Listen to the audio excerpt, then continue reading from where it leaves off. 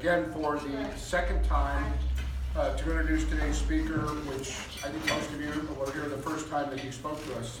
His name is Tom Schneider. I had the good pleasure of being his office mate when the two of us worked together for Charlie Keating at American Continental. We both had wingtips, and it was amazing how much attention those wingtips got from the legal secretaries up in the palace, up in the second floor of the palace. Tom, of course, got more than I did. Tom has won 4 World Series of poker bracelets. Only 23 people in the world have equaled that task, so that's an amazing accomplishment. Was Poker Player of the Year in 2007. Oops, I Won Too Much Money, and he's also a CPA, so he's an author as well.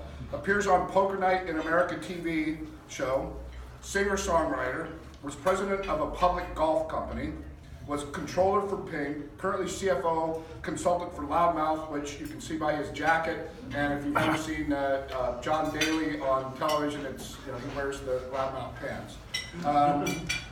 Golf and is a profitability specialist who can substantially reduce your expenses. You should talk to him if you want to have your business analyzed. Anyway, it's my pleasure to introduce Tom Schneider.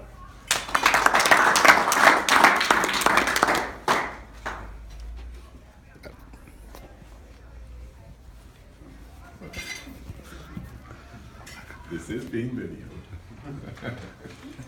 A Joe roast? Could be a roasting, huh? I think so, probably. So based on your resume, what cabinet position are you up for?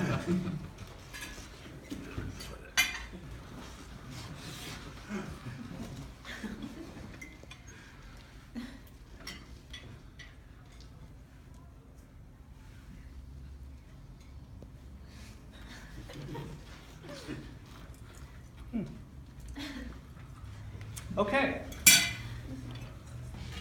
Not uncomfortable. I'm going to talk to you about tells, position, and time. Do you ladies know what tells are? You don't? Okay. Well, I'm going to tell you what a tell is. A tell is what a poker player will use to determine all sorts of things. Like if you scratch your nose, I might know that you have a good poker hand, so I might fold. If you put your chips in this way, if your neck vibrates, if your nostrils increase, I might know you have a good hand, right? All of that, or the most important tells, come from the limbic system. The limbic system is what you do naturally. It's not thought, right? So when I came over and stood next to you, you got very uncomfortable. And what women do when they get uncomfortable is they grab their hair, they go like this. Did you notice you're doing this? Like all of a sudden you look at each other laughing? Right? So when a woman's uncomfortable, oftentimes she does things to soothe herself, so do men. Pacifying motions, right? So when I'm playing poker, I watch to see what people are doing constantly. And I watch to see the things that they can't control. That's something they can't control, like what you did, right? You had no idea you were doing it. You were getting very nervous, and you were doing all sorts of limbic responses to me just standing there. Understood. I'm going to tell you a few stories about how I used tells in poker. And by the way, tells are used in life, not just in poker. But I will tell you how I use tells in poker. I was sitting next to a guy at the World Series of Poker playing the main event. And I'm not going to really get into the poker strategy part of it, but just the idea of how to use tells. And one of the most important things about tells is to get what we call a baseline. So I need to know that whatever you're doing, it means that you're nervous or it means that you're happy. So people do different things. I happen to be in hand with this guy. I made a raise. He raised after they got 2 cards. Then I raised. And everybody folded around that he raised. Now I had 2 queens. You only have 2 cards. It's the 3rd best card you can have in Texas Hold'em, right? So I really like my hand. But I was sitting there thinking, and all of a sudden his nostrils were going like this, almost like hitting me in the face. His nostrils were so like unbelievable. I've never seen it before. Well, that means something. When your nostrils flare, it's much like a a bull. They're ready to fight. They're engaged, right? So when someone's engaged in a poker game, that means they're interested in their hand. So, but without the information, if I fold, he's a professional, he's going to fold, I'll never see his hand. The only way to get a baseline is to get information out of him. So what I did, and I also know that he's not going to tell me if I say, oh, your nostrils are flaring. I know you have a big hand, right? Why would I do that? So I made up some excuse as to why I was folding. It wasn't because of his actions, it was because I said, you know, we're getting close to a break, and I've really got to go to the bathroom so bad. Otherwise, I'd call you. I turn my hand face up, which is the only way he's going to display his hand, because if I don't turn my hand up, he's certainly not going to show me his hand. He turns his hand face up, and he had 2 aces. Now, I folded. I didn't put any more money in the pot. I got information that now I know when these nostrils are flaring, I know that he has a really big hand. So I did all that without putting any more money in the pot, but you have to be creative in order to find out what certain things mean.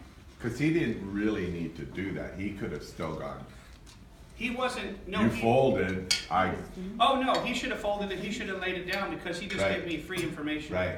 Right, but I was trying to get free information. And I was Right. also trying to get a baseline. What does this mean? What do these nostrils flaring mean? So he was trying to show you, I had. He was like saying, oh, this is how unlucky I am, which poker players don't mind showing you how unlucky they are, right? Right. Oh my, I finally get aces and you have to fold because you got to go to the bathroom. Right. Well, I didn't, but whatever. Another story about how I use tells to make money. There's a famous poker player named Chow Jiang, and he and I were playing a really high stakes game. I won't go through all the details of the poker hand, but basically I bet $10,000 after the flop, after seeing 3 cards, and he raised me $25,000. So, and this is real dollars, not a tournament. So now I have to think, and so many times we rush to think. So I wanted to give him an opportunity to make a mistake, to tell me what he had, without saying anything, right? Nonverbal. Sometimes there's nonverbal cues and verbal cues. So anyway, I'm sitting there thinking, do I want to call 25,000? Do I want to call 25,000? It's all the money I have on the table. And so all of a sudden, in walks Doyle Brunson to this room. Doyle Brunson has to be one of the top 3 most famous poker players. He's called the grandfather of poker. So I'm sitting there waiting, like that's a really big amount for me. And all of a sudden, Chow looks up. Hey, Doyle, what's the score of that football game? Now, to a lot of people, that doesn't mean anything, right? But when you're playing poker, you know you're being watched. You know that you're being watched. So weak means strong, and strong means weak. So if you are in a poker hand where you've put a lot of money in it, and you don't seem to care, that says, I've got such a big hand, I can just hold on conversations, I can talk to this guy, I don't even care. That's what he's trying to tell me. Well, I know that he doesn't want to tell me the strength of his hand. He wouldn't do that. But I know by doing that his hand is actually weak, and he doesn't want me to call. He's trying to exhibit tells of strength, trying to show me that his hand is strong. I made the call at $25,000, won about a $60,000 pot, because I was paying attention. Tom, can I ask a question? Sure. I mean, he's an experienced gambler too, so I mean, Right. you're reading tells. Can he throw the wrong tell up to you? Oh, Kinda like sure. going like, hey, Sure, of course. we're of gonna course. throw him this one. Of course, I do that all the time, but you have to understand who's experienced and who's not, Right. and try to do the right thing, because the last thing you want to do is throw off a opposite tell, and then they do exactly what you were, Right, and they then don't read it. It's a double cross, right? Right, yeah. Right. So, but this is back way before like tells were very, people paid a lot of attention to tells. It was more of a mathematical and pattern game. Okay. There's another example of this, of being engaged or disengaged. You can see this in a meeting. When you're in a meeting, you can tell whether someone likes what you're saying by when they're sitting here, and they're sitting, this is their standard resting position, then they kind of go like this, right? All of a sudden they become disengaged. They really don't like what you're saying. They're doing something. So I was playing in a poker game, and by the way, if you're sitting in a poker game and someone's normal position is like this, and all of a sudden they're like this, or they're like this, they have a hand they're going to play, right? They've told you non-verbally what they're going to do. So I was at the Foxwoods, playing in a high stakes poker game, and I thought this guy was bluffing the whole time. So I let out and bet 6,000. And that was my read on him the whole time. He raised me 10,000. So that's $16,000, 10,000 more I have to put. I already put 6,000, the pot was already, let's say 10 or 12,000. I have to put 10,000 more in the pot to call. I'm bluffing. I only have 11,000 in front of me, so I only have 1,000 more to try to rebluff him. And to try to bluff somebody with $1,000 when there's 35,000 in the pot is almost impossible, because they're not going to give away that much money. They're getting 35 to 1 on their money. So I'm thinking and thinking and thinking, going, I can't do anything.